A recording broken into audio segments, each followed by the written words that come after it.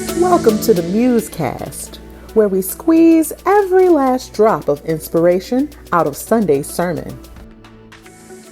All right, got the fingers, which means it's Tuesday and it's time for the MuseCast. Woo! Hey, I'm joined by two fellas today, Dan Kent, you know and I love him, but also you guys, we've got the good Dr. Gregory Boyd here. So say hi to Greg. Yeah. And it's so good to. Yeah. I can't see you.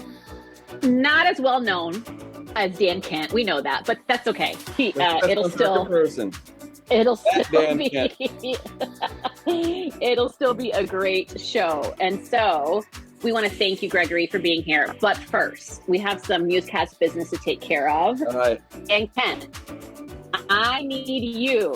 Me? I need you to tell the people what you consumed yesterday in liquid form, how you treated your body as a temple yesterday. You need to confess this right here and now. I want to hear this. Wait. I can't Can y'all hear him? Yeah, okay. I can't hear him. That was Okay, me. I thought it was off the just mute button, me. Dan. I know it's high tech. Right. Well, here's the thing is sometimes some things are hard to say. Some things are hard to say. So, Really? our first mandate is to take care of creation and the animal kingdom. And sometimes when you're thirsty, you just need to take some of that dew off of the mountain and just drink that dew off of the mountain. That's what you have to do. So, Mountain Dew. yes, Mountain Dew. Yes. With 2 cherries. He was very Yeah. specific. 2 cherries. Yeah. And I don't know how you were alive, Dan Kent, if you are consuming things like that. It usually takes Well, more I than don't. Mountain Dew to a person in. At least 3. I Okay. think. Yeah, At well, least usually, 3, okay. you guys, seriously, usually this is my favorite. This is Polar Seltzer, and it's orange vanilla. It's so good. And then they also have Polar Seltzer. Their black cherry is also really good. So many of the seltzers and Look, the I'm on an carbonated waters. infomercial. Well, so many of them, they taste so like tart, and I don't like tart. Yeah. But these are smooth, and so I highly recommend. Well, We are you sparkling gave me that water one fans. drink that one time that's supposed to be good at give some bacteria in your stomach or something. What was it called? Was it kombucha? Yeah, kombucha. Yeah. Ugh, terrible. Yeah, it is, but it is good for you. Makes you feel Do good. you make your own kombucha? Does Barb Never. make it? You kombucha? Okay. That's dangerous. Well, Steve, who used to do our sound? Watcha. Watcha. Watcha. Yeah, Steve Watcha used to make his own kombucha. And he'd be Yeah. like, Shawna, you want some? And I'm like, no, thank you. Put it together. I'm good. You gotta watch a kombucha. Now you're Watcha. Pentecostal. Watch kombucha. All right. Well, before this train goes too far off the track, we are shockingly still talking about being good stewards of the earth and animal kingdom. Our first mandate, as we have learned. And we got to hear from Greg and Dr. George Johnson in just a riveting conversation, which was very sobering. And hopefully you all see the hope and know that our anchor is in Jesus and you're not just wallowing in the doom and the gloom. We have Greg here today to talk a little bit more about it. But first, we need to hear from Dan, the world famous summary. Yeah, well, it's not really much of a summary because it wasn't really a sermon. It was mostly an update on the earth and the animal kingdom. And so basically, just to remind people of the structure of how this all went down, Greg started off by kind of giving this report on what's going on just in the last really few months on planet Earth. And it was, like Shawna said, a very sobering sort of update. And it was even kind of, could also be kind of even a little traumatizing. A lot of people aren't tuned in to what's going on outside at that level of detail. They might hear, a news headline here and a news headline there, but it's just it's in little pieces all over the place. And it really hits you different when you get all of that lined up simultaneously, and it's all stuff that's happening right now. And so Greg sort of set the table with that, and then he invited George Johnson to join to kind of talk about some of the scientific specifics that sort of undergird a lot of the bad news, and that was really cool because I've known George for a long time, and for a long time as a person just coming to church, I was a little unique in that I would sit there with like a notebook, and I always take notes when I'm at a sermon. And the only other person in the entire place that was taking notes was George. And so George and I would be, pretty close to the front taking notes. And so we had that. Yeah, exactly. The nerd section. That's right. Yes, exactly. And so we've always had that connection. And so it was really great to see George share his wisdom and his deep knowledge. And what a blessing to have, so many great minds in our congregation, and to be able to give them an opportunity to share their gifts and their knowledge and their wisdom. And so Greg and George really kind of talked about the science of this. And really, that's sort of the summary, because I have some specific questions.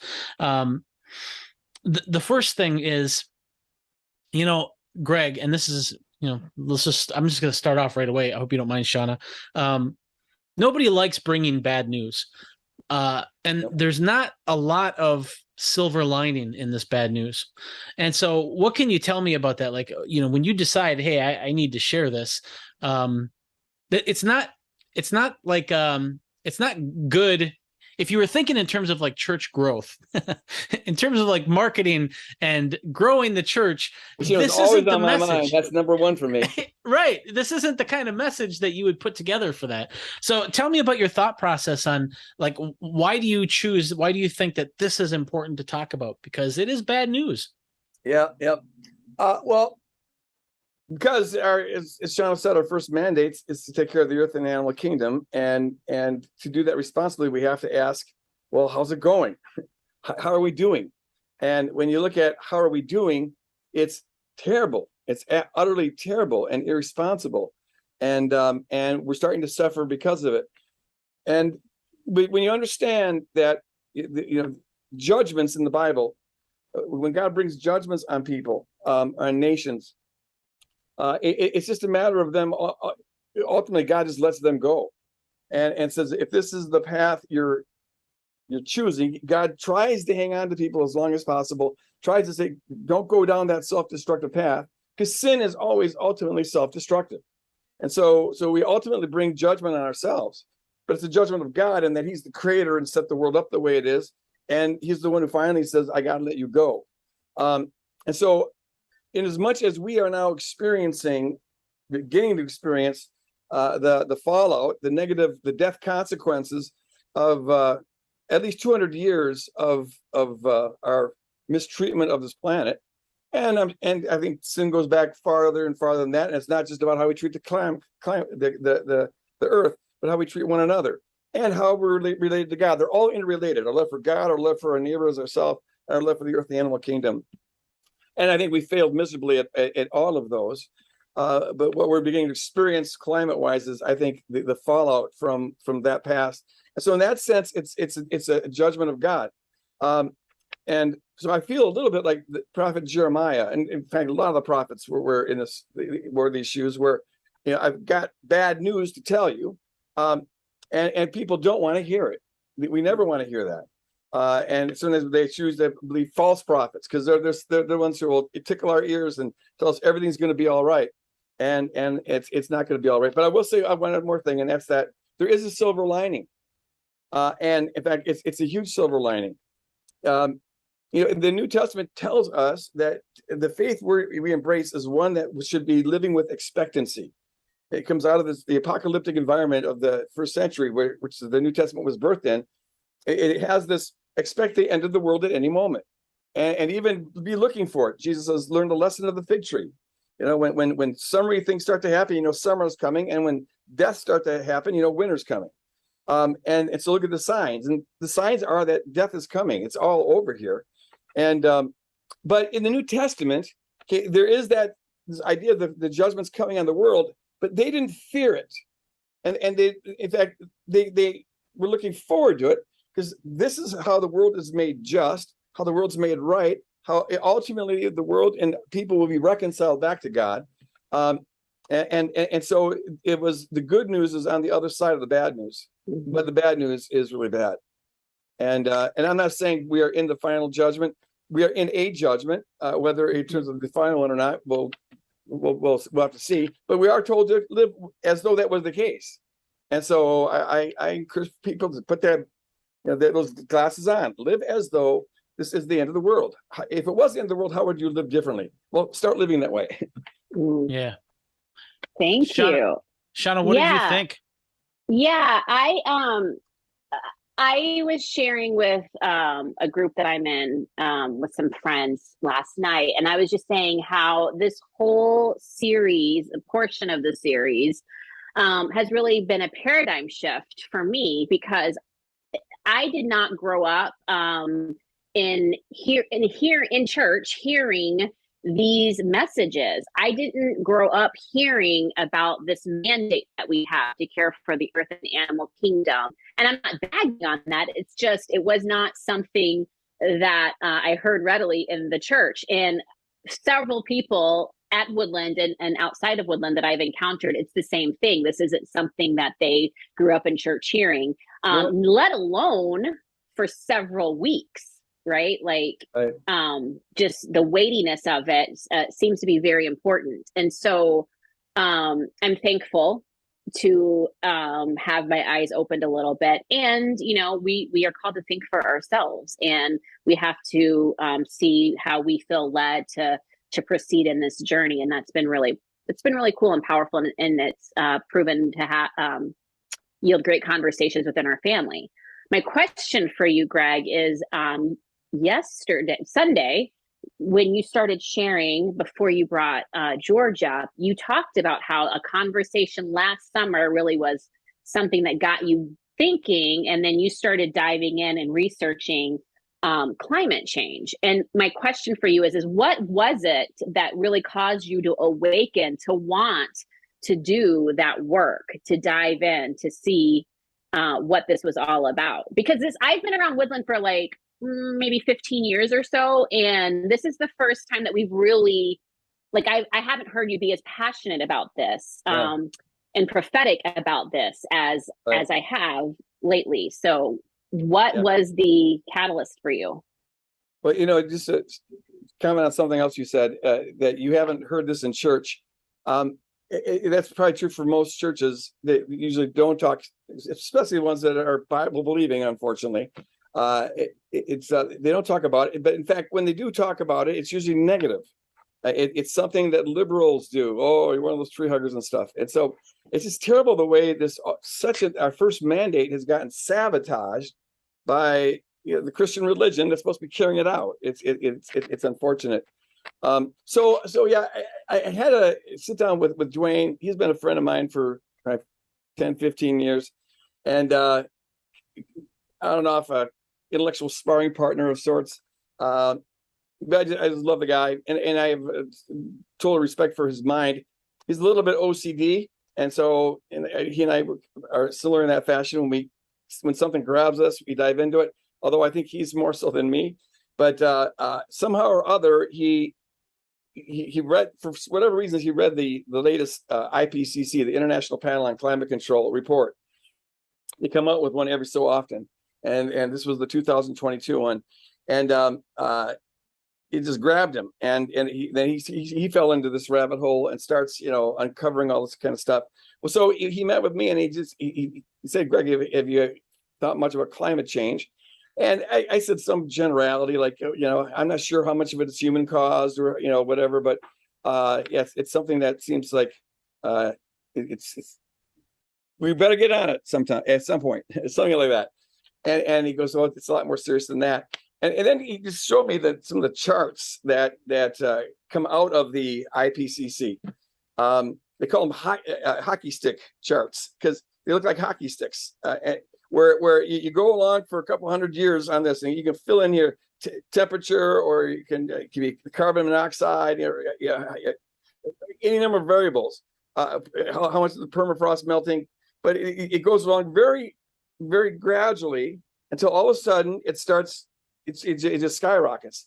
And that's the result of exponential growth. It's like if you have a pond, and you notice that it's a quarter foot, and you have algae that doubles every day. You'll notice that maybe a quarter of the pond is full. You think, gosh, I should get a water fountain in there to start pushing that back. Otherwise, it's going to cover my whole thing. But I'll do that next week. Well, the next day, your pond is half full, and the next day it's altogether full. So the last 3 quarters are covered in the last 3 steps. And you could have had, a month of going just a little tiny growth, and you don't even notice it. But by the time you notice it, it just goes all the way up. In fact, if you had I heard a person give this analogy. How many drops? If you had drops of water, and you they doubled, with every drop it would have twice the size. How many drops would it take to fill Yankee Stadium? And the answer is 57. You go 57 drops, just multiplying 2 times, it would fill that stadium. And the answer is yes. But you got to remember that at 55, at 56, it's only half full. At 55, it's a quarter full. At 54, it's an eighth full. And at about around 50, it's just a little tiny thin thing of ice moisturizing the ground, And for the previous 49, you haven't even noticed it. And so that's exponential growth. And we are in a state of it's skyrocketing exponential. All the variables are pointing that this thing's picking up speed at an exponential rate. So that's what got me like, whoa. And so that I started looking into this, and Dwayne and another friend of mine, Tom Belt, have been very helpful in providing sources. And it's alarming. It was absolutely alarming. And I found myself so gripped by it. I mean, I kept on going back to it because it's like, this can't be true. It can't be that bad. And no, I'm missing something. And it is very alarming. It was shocking. So I've been this summer reading, but very little else. I've become kind of got my own PhD in environmental studies. Not really, but I've been kind of obsessed with it. How like I hear this stuff and I read this stuff and the stuff that I watch, I get like, I have my hope in Christ and all of that, but I can't help but just get like this cloud of dread, and it can be really heavy, just contemplating all of this. How do you manage those types of feelings as you're looking at all of this stuff? Yeah. I've always been a good compartmentalizer. I'm able to like take my emotions and put this over here if I need to, concentrate on things. And in fact, a little too good at that, compartmentalizing. But so that's part of it. I'm able to put it at bay. But there are times where I don't. I just this morning was watching this video, and it was talking about the climate change in Australia and the heat wave that they had, especially last year. But all these bats are dying. They have these. Australia is the habitat for this. They're not really bats. I think they're called flying foxes or something like that. But they play a very important role in the whole ecosystem, and because they're nocturnal pollinators, and they need to play this role. But because of the heat, and they're acclimated to extreme heat, because we're talking about the desert parts of Australia, but they just were dying. And they showed, these climatologists went there to this part of this field with a video camera, and you can just see that just dead bats, as far as you can see. It ended up being 11,000 that they collected, and then some of them had, the bats had, the little babies were still trying to nurse off the mom's teeth, but the mom was dead, and I just found myself getting like choked up by that. And she said, if the climatologist says if we have 1 or 2 more heat of this extremity, this species will be gone. They estimate that they've already lost, almost half of the species because of this drought, and so then the emotion kind of catches you, and you wouldn't think of all the things that are going to be dying, that bats would be the thing that I'd be most choked up about. But it was just that moment. It's like, oh, it was just so sad that, yeah. And so I've had a few moments of just overwhelming lament as a grief for this earth. And I think that's a totally appropriate response. It's just a lament. Just sorry for the way we have so messed this world up. Yeah, I think that the sobering part for me, there's a lot, but I think the thing that really just gets me is when you've iterated over and again that usually when these big climate things happen and it impacts countries or villages or towns, it's usually those with the poorest population that get impacted the heaviest first, and they don't have means by which to respond. And so for me, I say to people who maybe aren't quite quote unquote sold on this reality, I would say, like, could we at least be concerned for populations of people who are devastated because of these huge things that happen? Can you speak a little bit more to that? Because people could think that we're making it up, and we're not. But can you just unpack that a little bit more? Sure. Well, going back 200 years or so, when we first discovered fossil fuels, which provided us with this tremendous energy source that unlike anything humans have ever had. And that energy source, combined with our ingenuity when it comes to doing things for our own good, we're very, very intelligent when it comes to how can we use power to get more power and to make our life more convenient and to live longer and to feed more people and all the rest. Well, that is what generated, because we have a surplus of energy, that's when we have a population explosion. And and then we developed this perpetual growth economy. We developed this idea that the world can always get better and better. You can always have more and more. You can get it faster and faster. And so tomorrow will be better than today. And we've lived with that assumption basically for 200 years. And I think all of us were raised on that. I always assumed that. But the price tag is that you're depleting fossil fuels. Okay, so where growth is going this way, the fossil fuels are going this way, and they get more and more expensive to get, and so this is not sustainable. But now you add to that the damage it does to the environment, and it's eco-suicide. It's suicidal. But because what happens is that as you have this capitalistic growth, this perpetual growth economy, those who had early advantages, whatever they might be, the more power you have, the more power you have to get power. Whereas the less power you have, the less power you have to get power. And so it creates this economic duality, this fundamental division. Those who have, they get more, and those who have not, they get less. Unless it's to the advantage of those who have more to help those who have less. And it usually is to some degree, because otherwise the society collapses if there's too many people that are on the losing side. And there's a lot of studies showing that grotesque economic equality, which tends to get the privilege gets consolidated among the elite, and the masses tend to be suffering from it. If that gets too wide, there's a revolt, and so it's in the interest of the elite to keep us placated. But what it means is that when disaster hits, the ones who have caused this the most are the wealthy, the wealthy nations, because we put out the fossil fuels, and the poor put out very little. Some because of deforestation and things like that, but comparatively little. But now when disaster hits as a result of our carbon emissions and stuff, then they're the first ones to pay for it. Now, eventually, if we keep going down this road, we're all going to pay for it. And even now, you see that there's no respecter of countries. The U.S. is getting hit, wealthy are getting hit all over the place. But we have more resources to rebound, whereas they have far, far fewer resources to rebound. But I'm convinced if there's any way of us getting out of this thing, we have to do this together. And we'll have to have that book that I talked about in the sermon, Power, by Richard Heinberg. It makes this point that those who are wealthy, and all of us are comparatively wealthy. We're not the top 1%, but we're the top 10%, and that we must voluntarily sacrifice, reduce our emissions in every way that we do damage. We have to reel that back for the sake of ourselves, but also for the sake of everybody else.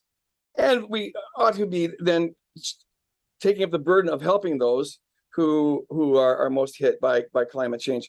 We actually did pass a resolution in 2009. The wealthier nations agreed that we were going to give $200 billion to those who are most vulnerable to climate change starting in 2020. And 2020 came and went, and they didn't get a dime. And 21 came and went, they didn't get a dime. And 22 came and went. And they vetoed even putting it on the docket to talk about next year. So that's very discouraging. But it's the poor that get hurt the worst. That's good. I was going to ask. I have a friend, Marcus. We've been friends for 20 some years, and he has 5 daughters, and they're all, I think they're all under 12. And then he's got a 6th kid, was finally a boy. They wanted a boy, and they got a boy after 5 tries. Now I hear a lot of this stuff, and I feel like this sense of sobriety, I guess you could say. I anticipate like people with kids have got to be far more traumatized than me. And so what would you say to parents who have young kids, given what we're facing? Well, I guess I would encourage several things. One is I teach kids from a very young age that this whole life here is our probationary period. It's the prelude to the real thing. The real thing's on the other side. And talk about that. Our hope is for the new earth and God's eternal kingdom being on the earth. And this world's going to pass away. We've always known this. I mean, it seems to be happening. We never, even though Jesus, the New Testament tells us to be looking for it, we actually, none of us believed it would happen on our watch. It would happen this soon. But I would tell kids that talk about heaven and the kingdom of God and what the ultimate life is about. I would stress to kids that to cherish the now, the moment, to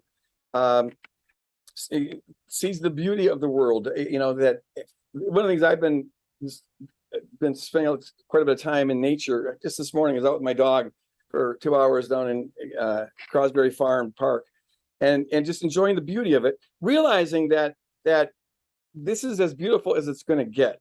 In all likelihood, it's going to go downhill from now. So enjoy this moment, and teach your kids about the importance of now, living in the now. I would, number 3, teach your kids about the urgency of self-restraint when it comes to the use of energy, and start modeling for your kids what it is. The world and humanity desperately needs all of us to cut back significantly on the waste we produce, and start teaching them this earth care and all that. And don't know if this is gonna turn this thing around, or whether we're just loving on the earth and the animal kingdom as sort of a hospice unit. But either way, our call remains the same. And then finally, I would warn kids that unfortunately, you live in a world where the weather is going to get worse and worse. And prepare for that. That is, and this is my whole message. I don't have any timetable. Scientists vary a lot about what happens when we get to 2 degrees, or when we get to 3 degrees, and whenever we get to 3 degrees, and whenever we get to 4.8. Some predictions now are that we'll get to almost 5 degrees hotter than we are right now by the turn of the century. And how much biodiversity are we? When does it become an existential threat? I mean, it's already an existential threat, but when is extinction a possibility? I don't have answers to that. But the one thing that almost all climatologists agree on is that in all likelihood, it's going to get worse and worse at an accelerating rate, and that is proving true. We've got 4 decades of hard science on this, and to prepare for that. Expect that. Thank you, Greg. And I did mention this at the start, but I want to come full circle with it. But we don't know when the Lord's going to return. And that's always been the Christian assumption, or when the judgment day is going to come. But we're supposed to expect that, and that's. Yeah, there's a downside to that. It's going to be massive suffering, and we may have to all go through that. I don't know, but on the other side, Jesus, for the joy that was set before him, he endured the suffering of the cross. And so we have to get a vision of the joy that's ahead. And with that in mind, then bear the suffering that we're going to go through, and do it as faithful servants of Jesus Christ. Mm-hmm. Amen to that. Greg, what you just shared is what Dan and I on the MuseCast call a nugget. So it is nugget time. We're going to have Dan give you guys a closing nugget. And then Gregory, because you didn't know that was maybe a good nugget, if you want to say another little, it's just like putting a bow on top of our conversation. So we're wrapping it up already? Time flies when you're having fun. Right. Look at that. I told you we wouldn't take up too much of your time. All right. That's right. That's right. Well, hey, the only thing I want to add, I just gotta say, this feels like one of those kind of happy, touchy-feely morning shows, except that we're talking about the apocalypse. Exactly. That's right. The end of the world. Yeah. That's right. No biggie. The only thing I would add, that was a great wrap up, in terms of just giving guidance on how should we go forward. For me, like I want to look for hope, and like what should I hope in? And I always come back to Philippians 1, where Paul tells the Philippians, just trust in that he who began a good work in you will carry it through to completion. And I just think, and this is something that Barbara talks about, how, we've had multiple extinctions in this world history, and yet life always returns, and there's always this new sort of life. And just this idea that God is going to carry through to completion what he begins. And even, you were talking about Jeremiah and some of the prophecies that he gave, and the people just wouldn't listen to Jeremiah. And sure enough, his warnings came true, and Babylon came down and conquered the kingdoms. And that's all recorded in 1st and 2nd Kings, which is such a buzzkill of a book, because you have all of these warnings and warnings and warnings, and then the kings wouldn't listen, and they continue to break covenant, and they live in sin, and they do violence, and finally the prophecies come true, and then it just sort of ends with Babylon in charge of Israel, and that's it. It's like there's just this dark sort of ending, except there's, at the very last paragraph of 2nd Kings, there's this random sort of story where the king of Babylon releases Jehoiakim from jail, who would have been Israel's king, and he releases him and becomes friends with him and shares meals with him and allows him to have this place of honor. And that's how the story ends. Even though judgment comes, there's still this hope that God, who began a good work in Israel, is going to see it through to completion. And at that point, man, you have no idea how that's going to happen, because it looks bleak and dark, but there's just that one little light. And so for me, it really helps to just remember that he who began a good work in us will carry it through to completion. That's the theme I'm going to be preaching on this next week. Whenever God sees he has to bring judgment, he does it with a grieving heart, but always with the redemptive motive. And you can see this throughout the Bible. The judgments are harsh, but there's always packed in there somewhere the promise. Even when Adam and Eve first fell, there's because of this, here's the curse. But that your serpent shall try to bruise your heel, but you shall crush his head, or your seed shall crush his head. And so there's this promise of redemption. And so, I think that in all God's judgments, you have to look at it's a refining process. It's a purging process that we go through to get prepared for the entrance into the eternal kingdom. Amen. Is that your nugget, Greg, or are you going to say something? That's my second nugget, but after you talk, okay. Third. Okay. Sounds good. You guys are getting extra nugget. Large nuggets today. My nugget is this. I'm going to move away from the heady theological, and I'm going to hopefully just like hit some of us in our heart. And that is, remember that we're all in process, and this is a journey. And yep, the situation is dire, and I think does need immediate action, but we can't all do all the things. And so prayerfully ask the Lord to show you what is your thing that you can do. What can you start now? And if climate and earth and rivers drying up and unprecedented fires and floods, if that doesn't like pick your heartstrings, then maybe it's the people aspect of it. And so I just prayerfully look to see, like, what is it that causes your heart to say ouch and grieve as the Lord grieves, and then see what you can do to contribute in a positive way instead of being part of the problem. While Greg was sharing about some of the real-time people impact of everything that's been happening, like with now we have a refugee crisis and then the xenophobia that comes with that. And it just caused me to think of this old song. And I don't remember the name of it, but there's this line in there that says, "He ain't heavy, he's my brother." Talking about when you are lending yourself to the aid of others, it's not a burden because you are loving your brother, your sister. And so I would encourage us all to see one another as family and lend our strength to those that don't have any. That's my nugget. I'm impressed that you knew that song. That was a long and winding road. Yes, that's it. Yeah, just that okay, one line. Greg, who is it? Greg, who is it? I think it's the Righteous Brothers. No, I don't think it's the Righteous Brothers. I could be wrong. I think it's the Allman Brothers. No, it's not the Allman Brothers. Okay.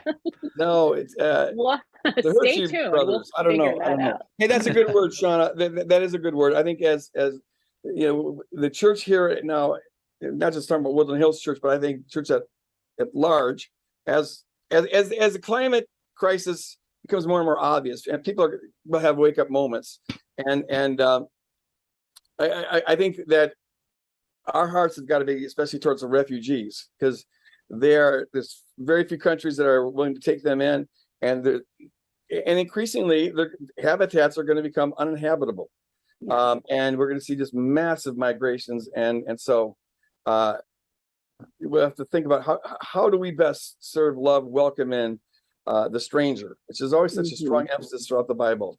The needy and the poor. I think it's going to be, but also just taking care of the issues in our own midst. You know, how do we love and serve in our neighborhoods, and the needs, I think, are only going to get, you know, if climate is going to get worse and worse at a faster rate, you can apply that maxim to everything.